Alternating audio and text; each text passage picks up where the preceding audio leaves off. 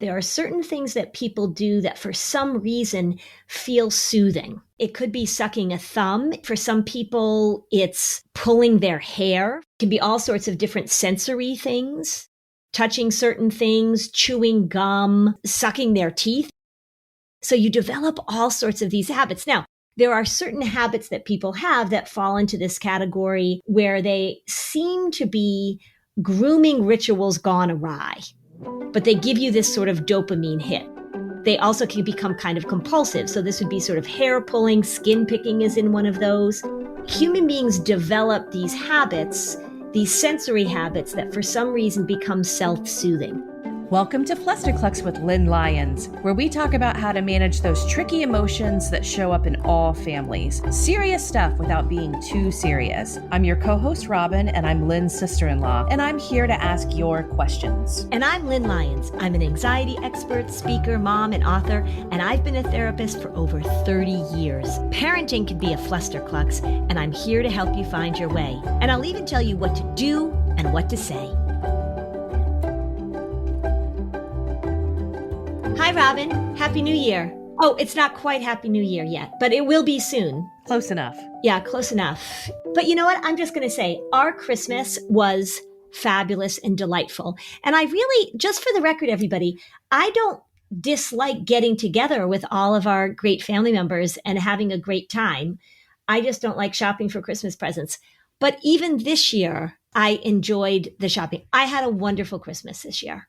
I'm so glad. Yeah, I did. It was really too. nice. It being on a Sunday actually helped because I took off the days at the end of the week and I went and did some shopping and I saw my parents and we had a great time as a family, didn't we? We did. Yeah. We had a lot of laughing. There was a lot of laughing. I grew up in a family that was not super jokey and silly. And now, my holidays are filled with jokes and silliness and games. Yeah. It's definitely the way to go to people. If you don't like your Christmases or your holidays with your families, is you got to bring in a culture of jokes and silliness. Yeah, we just had a wonderful time. There was a lot of laughing. What we're going to talk about today, I think, is as relevant as it possibly could be. Mm-hmm.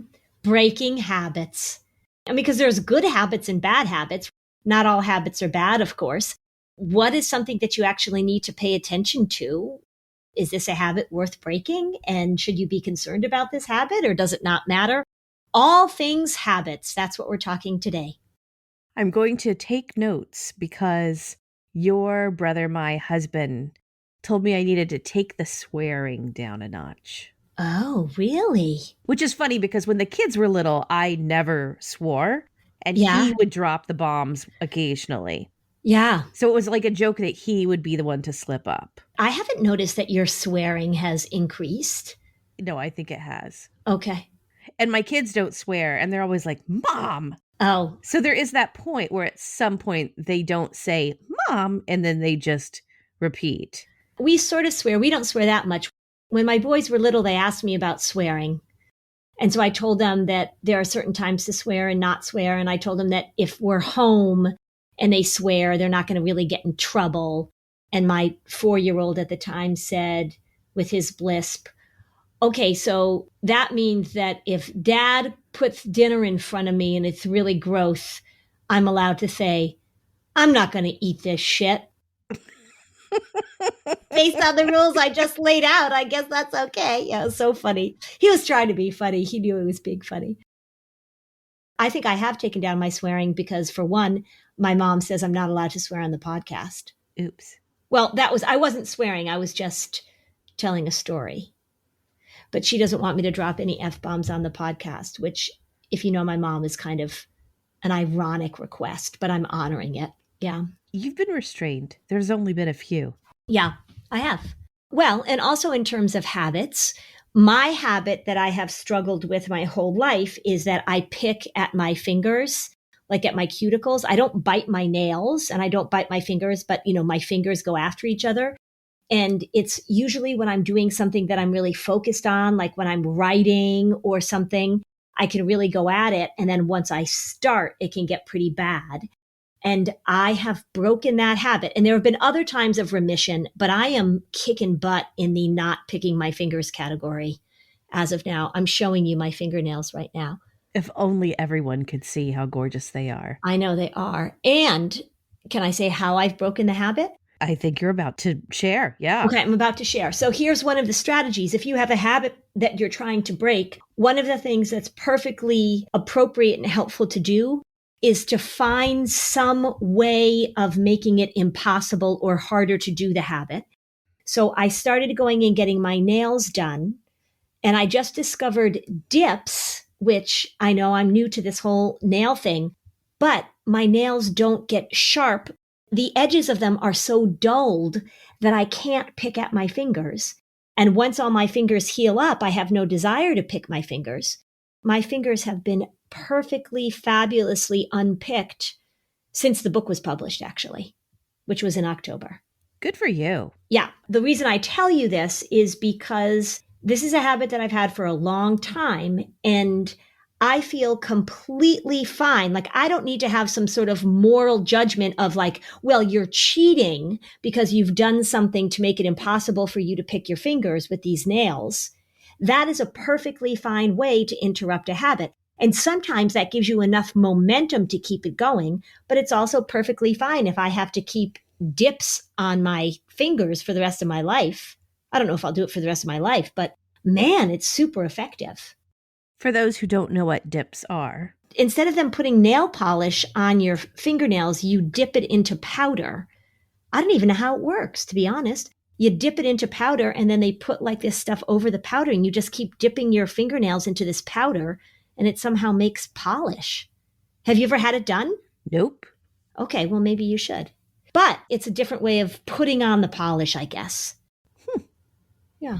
But I have a feeling we're going to talk about other habits. We are. Yeah, this isn't the end of the podcast. So thank you. That was Happy New Year! yay for me. Happy New Year, everybody. Good luck with your fingernails. Yeah. No, we can talk about other habits, good habits. Yeah. One of the keys is we're talking about habits.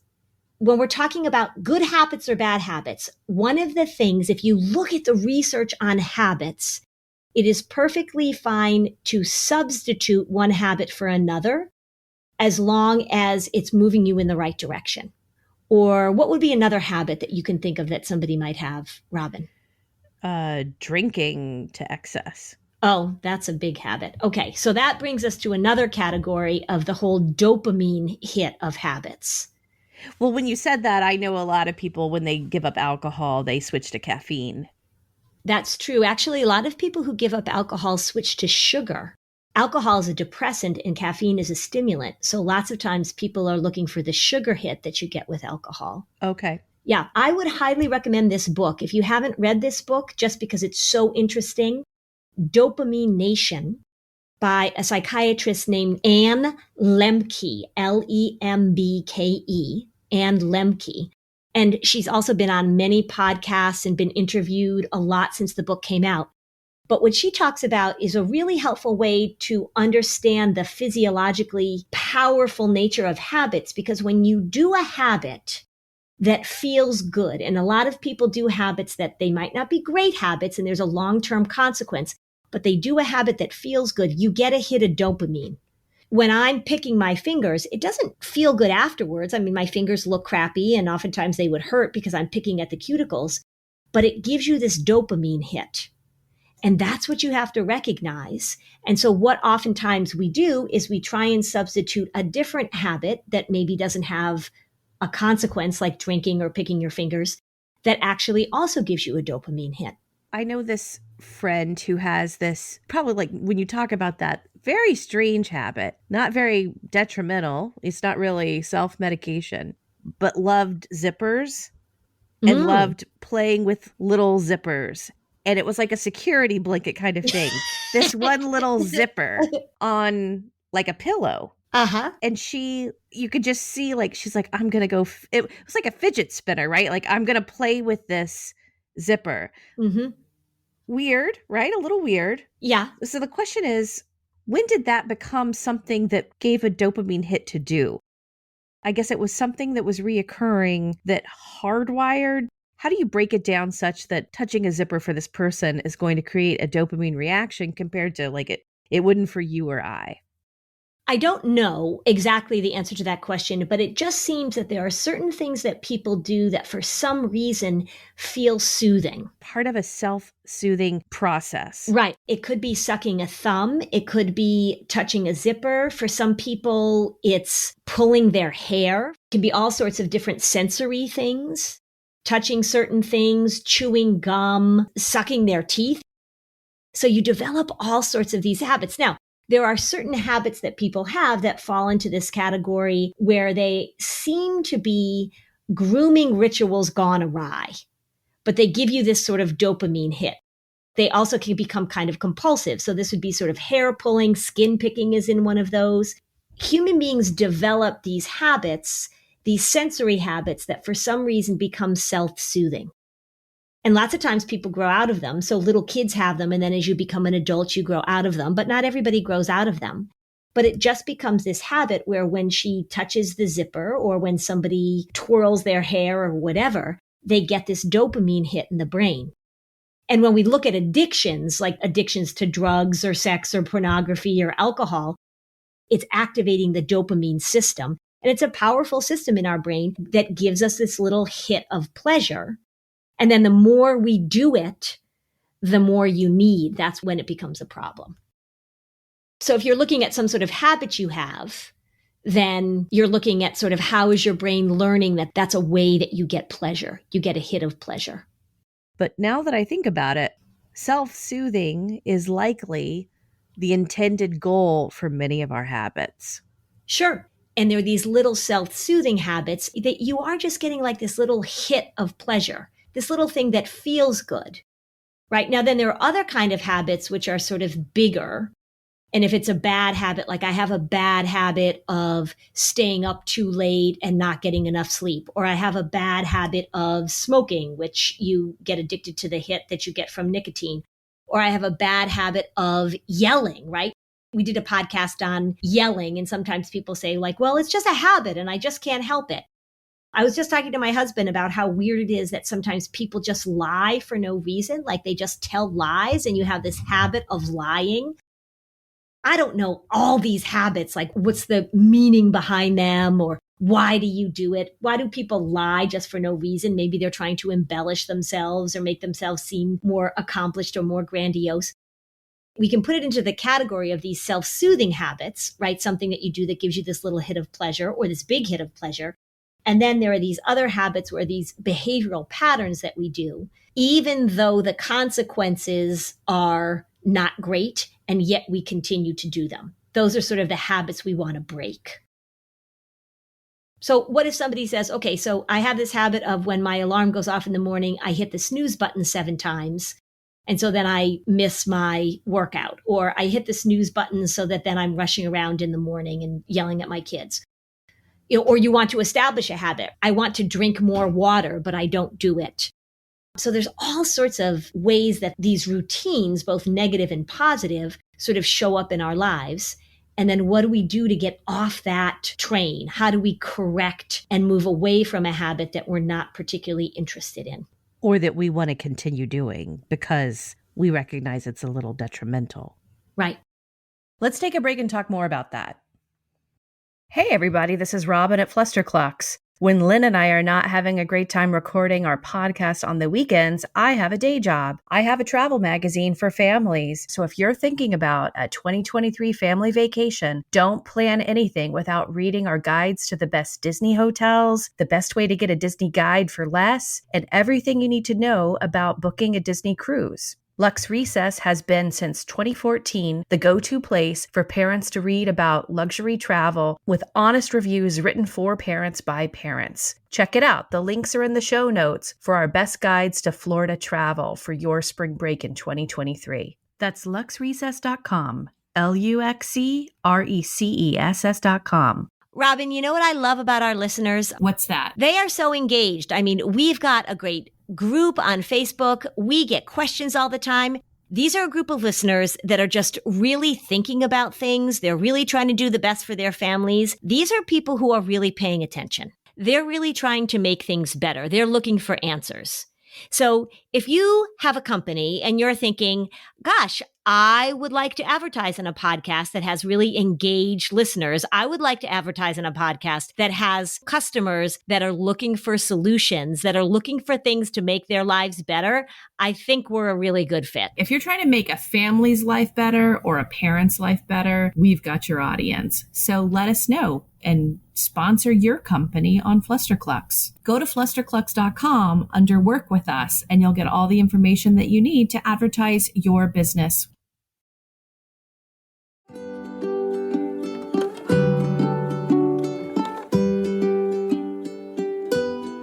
Okay, Lynn, what were you saying? You know, I'm a big fan of asking how questions rather than why questions.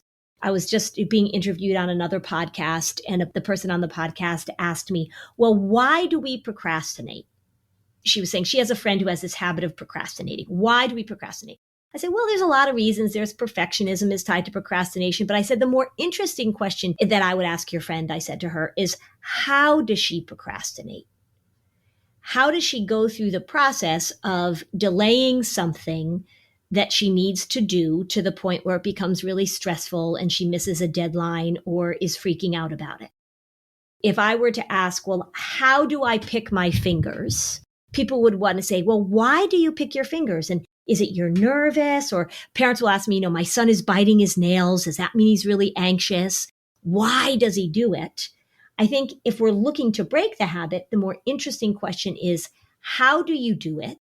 And then here's the other question to ask is, how do you continue to do it even though you rationally say you don't want to?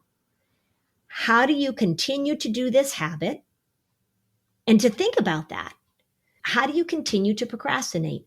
Or how do you continue to yell at your kids? Or how do you continue to not drink enough water? Or how do you continue to smoke cigarettes when you want to quit? That's the question we want to ask. And that's when we begin to look at the chaining of events. So how many decisions do you have to make in order to keep it going? How many decisions do you make that you're consciously aware of? And how often do you just unconsciously or without even attention do something? So a lot of times those sensory habits, like me picking my finger or a child sucking their thumb or yelling at your kids, you're not really consciously thinking about, well, now I'm about to yell at my kids, but how do you blow through the warning signs, or how do you not pay attention to the steps leading up to it? Say you want to stop the habit of staying up too late, right? You know that you really want to go to bed at 10 o'clock and you keep staying up until midnight. How do you make the decision at 10 o'clock to continue that habit? What do you say to yourself? How do you justify making that decision? And then if we say, okay, so how are we going to add a positive habit? So I want to drink more water or get outside and walk more often. What are you going to set up in your life that makes it easier for it to happen? So you take concrete steps to put things in place that are conscious reminders in either direction, because we want to create awareness of the habit so it doesn't just move into that unconscious sort of automatic role that it has oftentimes. I think most habits obviously are done from that place and in that place. So it's bringing awareness, putting it under the microscope, breaking it up into parts, which you like to say a lot. I do like to say that a lot. Mm-hmm. Yeah. I mean, we've talked about this before. Most moms stay up late because it's like, everyone's finally asleep and not bothering me. Mm-hmm. And I finally get to refuel my introverted tank. And I get to self-soothe by watching something on Netflix or whatever it is, right? So what do you do? Well, one of the things that happens a lot when we're doing a habit that has a negative consequence is that in the moment, we convince ourselves or delude ourselves into shifting it from a punishment into a reward. If you did a habit that had an immediate negative punishment, it would probably be easier to extinguish, right? So if every time I went to pick at my fingers, somebody came up behind me and smacked me across the head, it would get extinguished more easily. But the immediate consequence of picking at my fingers, it sort of did have this self-soothing thing to it. It was only later that I would be embarrassed about it or that my fingers were hurting when I was squeezing a lemon or something like that. when you're staying up late, when you're saying to yourself, I deserve this reward, you're convincing yourself that this habit that you have is a positive thing in the moment, and you're ignoring the negative long-term consequence. Mm-hmm. One of the things the research showed with people who were smoking is that health consequences, long-term health consequences, had virtually no impact on whether or not people would stop smoking. So there were all these campaigns to talk about what were the long-term health consequences, or how does this make you feel, or this or that. Didn't matter. So what did work was switching from cigarettes to chewing nicotine gum, for example. Correct. Well, plus they still got the nicotine. Having some sort of what we call symptom substitution or habit substitution. I did do a smoking thing with a woman, and she stopped smoking, and she was really proud of it. And I asked her how she stopped smoking, and she said that every time she had the urge to smoke, she just started taking a shot of gin. That wasn't really effective. Yeah. Oh. What you want to look at is how can you either substitute something else in there, or you also want to look at delaying the participation in the habit. Anytime that you can delay it, you're breaking that chain. And then the other thing you want to look at is if you're trying to develop a good habit, how are you going to put in some external reminders or some external accountability or some external support? So, for example, when people are trying to exercise more, they want to develop a habit of exercising, they want to get that momentum going, having a partner, having some sort of accountability, having somebody who is going to remind you or show up, scheduling it, and there's going to be somebody else who's going to be waiting for you. All of those things are highly effective in developing a positive habit. I always need to drink more water. I just don't think about it. In my job, I'm sitting in my office and I don't have water available. And so if I have a container in the refrigerator of water with some sort of yummy flavoring in it, either being it the metabolic reds that we got that I love, or putting lemon juice or something, and it's right in the refrigerator when I open the door, then I will remember. Otherwise, I forget. It's not like I'm opposed to drinking more water. I think that's a really good habit. I just forget. So I need something to remind me so that I develop that habit. And I'm fine with that. Yep. The other thing too is that you have to sometimes consciously get rid of the things that you will succumb to, because saying no to something over and over and over and over again is really, really hard. So you want to remove it from your environment. So if you say, okay, I'm not going to eat so much chocolate, or I'm going to really cut down on eating sugar. I ate so much sugar over the holidays, I'm not going to eat any sugar. But you have it in the house, or you're baking things for other people in the family. That is really too much to ask your brain. So you have to find a way to get rid of the things. This is what they do in AA, right? We're going to change the people, places, and things so that we break up the pattern or the habit of it. All of those things are really fine to do. I've definitely given up sugar several times. I think you have too. Mm-hmm. First 24 to 48 hours, the first time you do it can be tough. Yeah. But I noticed that every time I've done it since then, it's actually been very easy. Mm-hmm. I've learned to, if you're especially going to go without something, just tell yourself in advance, the first 48 hours might be tricky. That's right. And what do you need around you to make it better? Have a ton of fruit in the fridge or whatever. Mm-hmm. That helps a lot.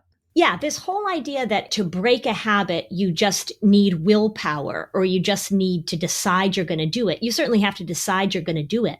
But then you want to put a lot of things in place that just make it easier for you to do it. And there's nothing wrong with that. Me going and getting dips on my nails is something that I'm doing on purpose to break a habit that I don't like. You know, you could say, oh, I should just decide that I'm going to do it. Well, it was hard for me. If I could just decide that I was going to do it, I would have done it. If I had an incentive, when I was getting married, for example, I stopped doing it because I knew I was going to walk down the aisle and I wanted my fingers to look nice. It's okay for you to look and find these external things that will allow you to interrupt it. When we come back, let's talk about noticing habits in our kids. Mm-hmm.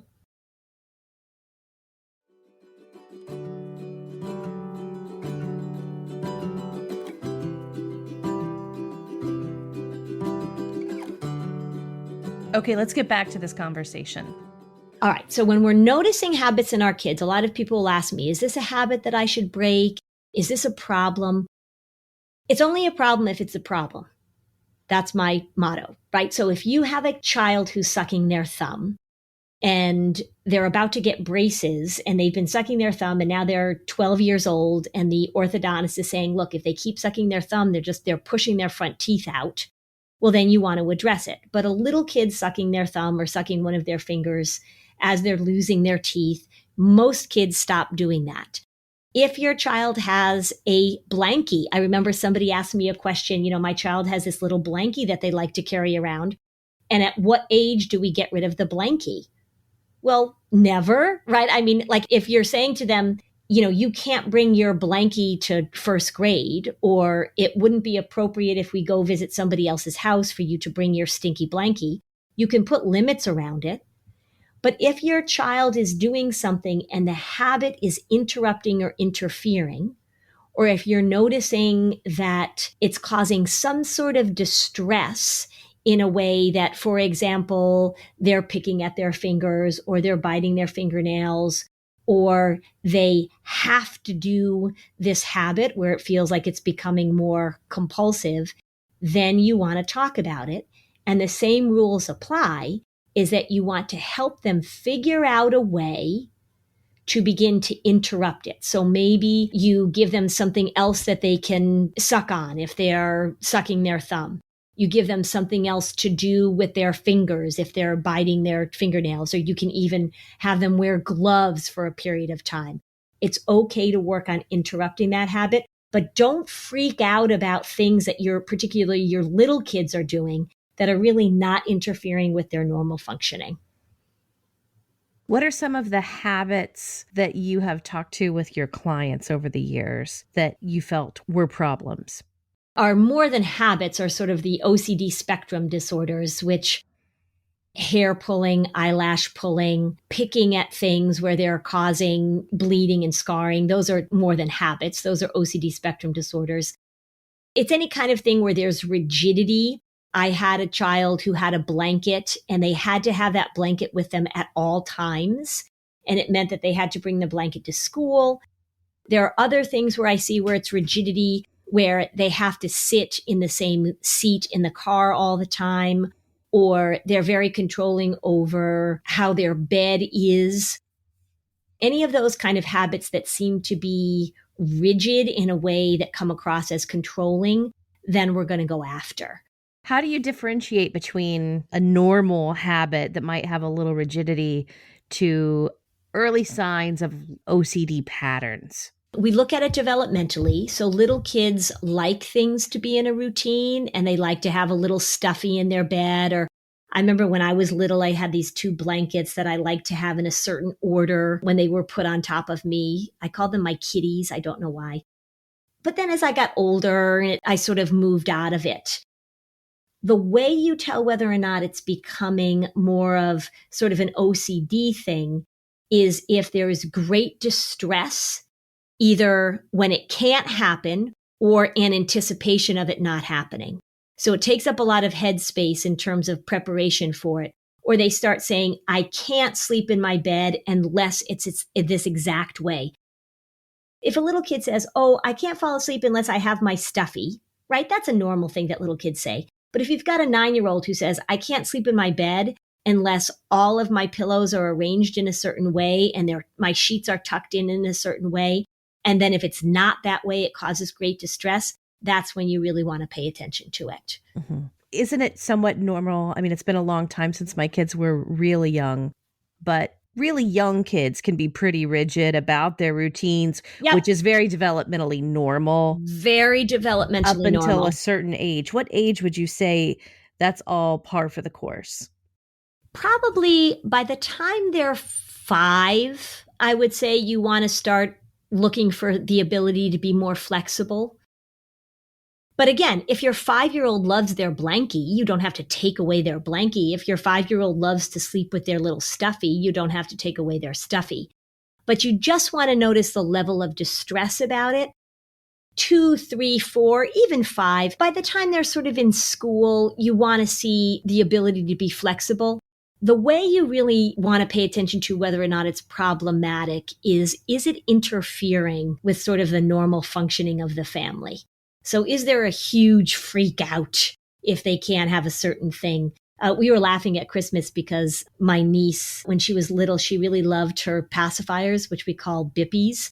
At one point, she had, I think, about 14 to 17 bippies.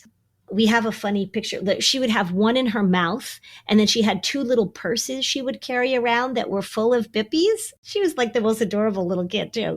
And we just laughed, and my sister and I were laughing about it. And she's 24 now. She's not carrying around little purses full of bippies. And so she was able to sort of wean off them. My sister said, you can't take your bippies out of the house. You can use your bippies when you're in the house, or you can have your bippies when you're in bed at night, because that's a normal thing for kids to have.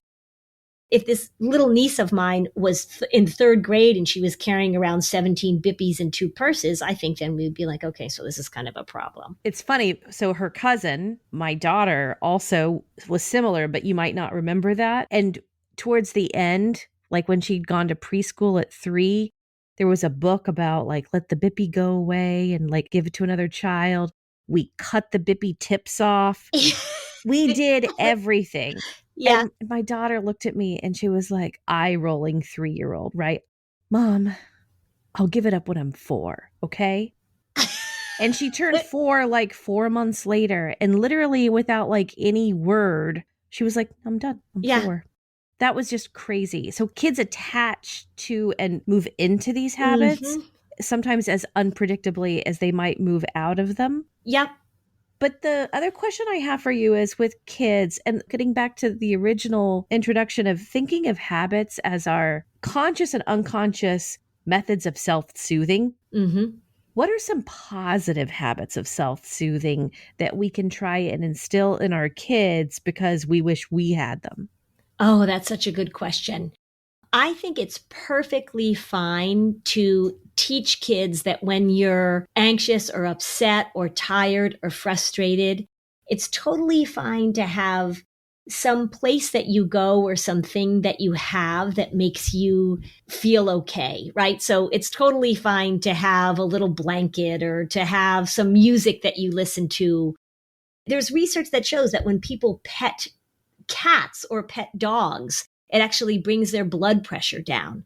So when we're talking to kids about how, when we're overstimulated or when there's too much going on or we're just worn out, what gives you a break? It might even be like having a cup of tea, all these symbolic things that we use. I just realized mine. And I started this as a very young little girl. Yeah. I started taking baths. Oh. We talked about this. You're a shower taker. I'm a bath taker. I mean, I take showers too, but to this day, I mean, I was a little girl and I would have a few toys in the bathtub with me and I would draw my own bath. It wasn't even like it's nighttime and it's time to take a bath. It became part of something that throughout my whole life, when I just felt a little overwhelmed or whatever, I would go into the tub and that is how I would recalibrate. And I still do it. Yeah, that's a wonderful, very concrete and direct message to give your kids, because there are a lot of things that people can choose that are not so helpful. So you're feeling overwhelmed, you're feeling like you just need a break. And so you turn to a lot of things that maybe aren't so great to turn to. So people become emotional eaters or drinkers or binging on something like, I need a cigarette to be able to calm down. Taking a bath, taking a walk, having a cup of tea. Right. Be British. Like the British are all about like, let's put the tea kettle on. Yeah. You know, a cup of black tea is not going to be harmful. That's beneficial. Correct. When I was little, I had a cat from the time that I was 7 to when I was 25. And she was clearly something that I would seek out when I needed to be self-soothed. And I also had Orange Blankie. And I actually took Orange Blankie to college with me. It got smaller, but it was just this blanket that I had. I liked the way it smelt. I liked the way it felt. And it was just something that was soothing to me. It's really being able to say, I'm developing a habit that is not harmful in any way and that can actually serve the purpose of being self-soothing in a positive way. And you still have cats. And I still have cats.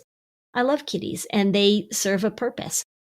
I don't have Orange Blanket anymore. My son actually took over Orange Blankie, and then it just disintegrated. And at the end, it was pretty rough. But yeah, I loved Orange Blankie. It's kind of interesting where this conversation has evolved because there's some merit to being conscious about habits and modeling and verbalizing, especially if you have a healthier habit for coping and soothing, to talk about it more in front of your kids, to say, I'm feeling a little overwhelmed. I'm going to go and take a bath and I'll be back, because they always make me feel better. Right. Like, it would never have occurred to me to say that before this episode.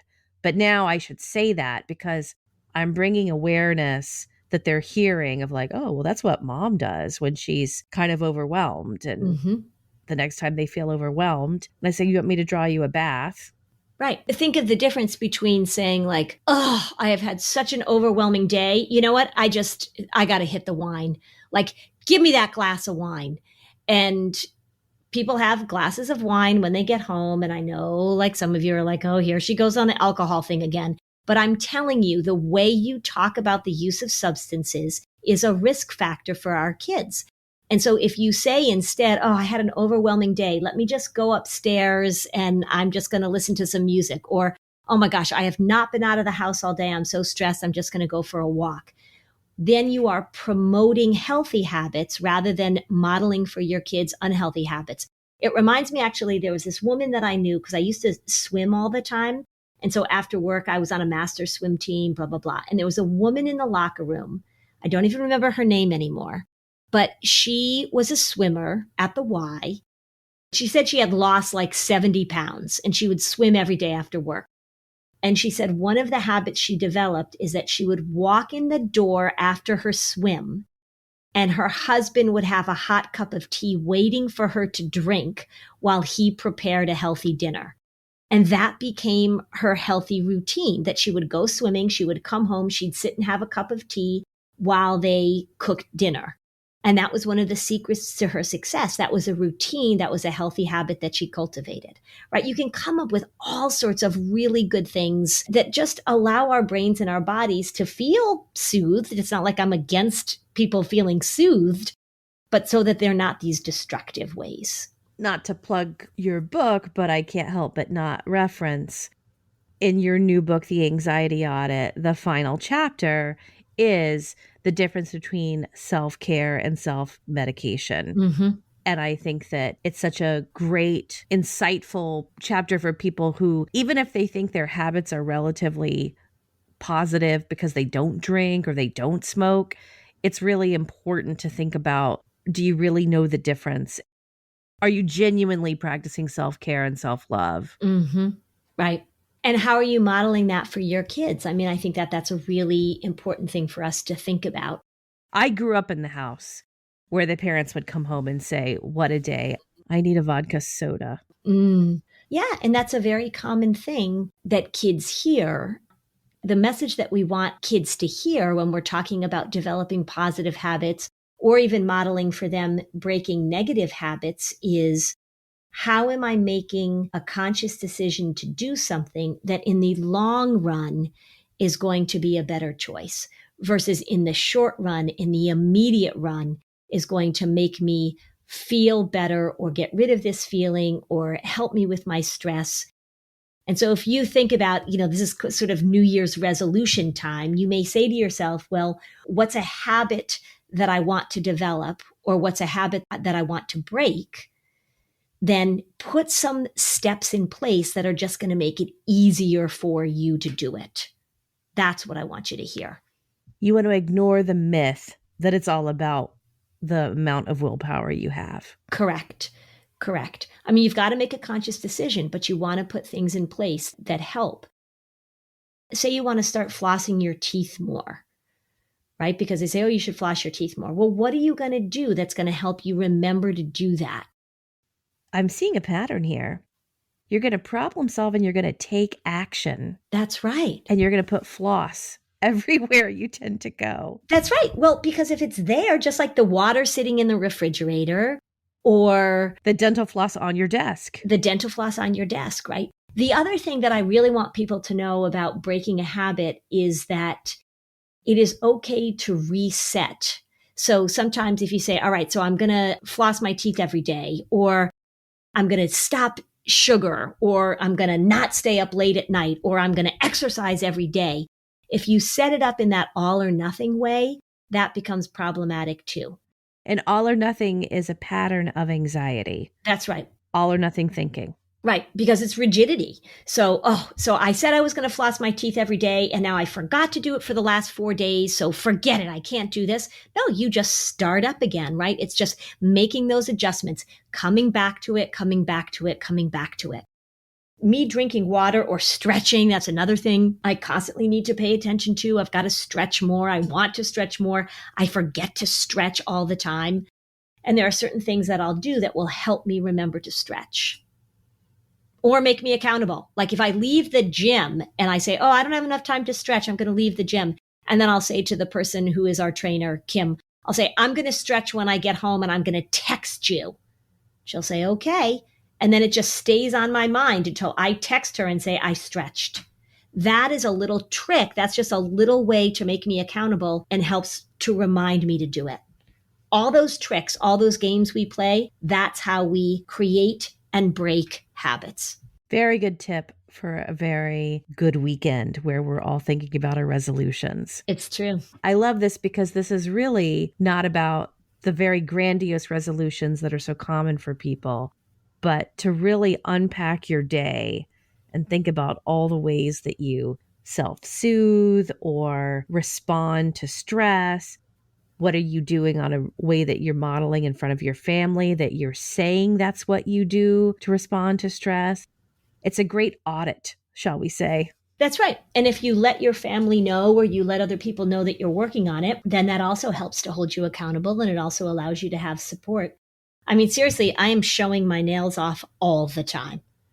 I'm like, look at me. I'm so proud of myself.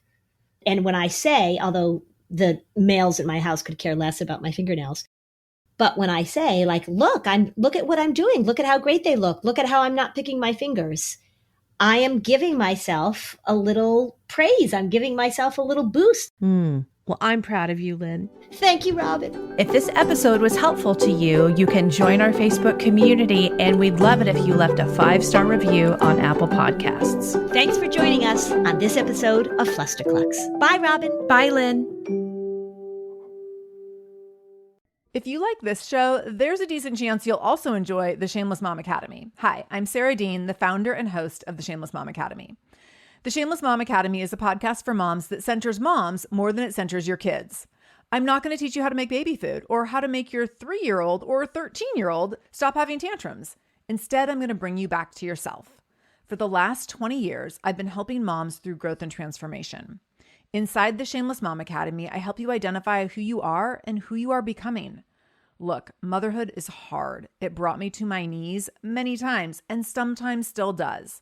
Returning to who I am and who I am becoming allows me to decide how to show up in all those sticky motherhood moments, but also in all my other relationships and in all the ways I show up in my various communities.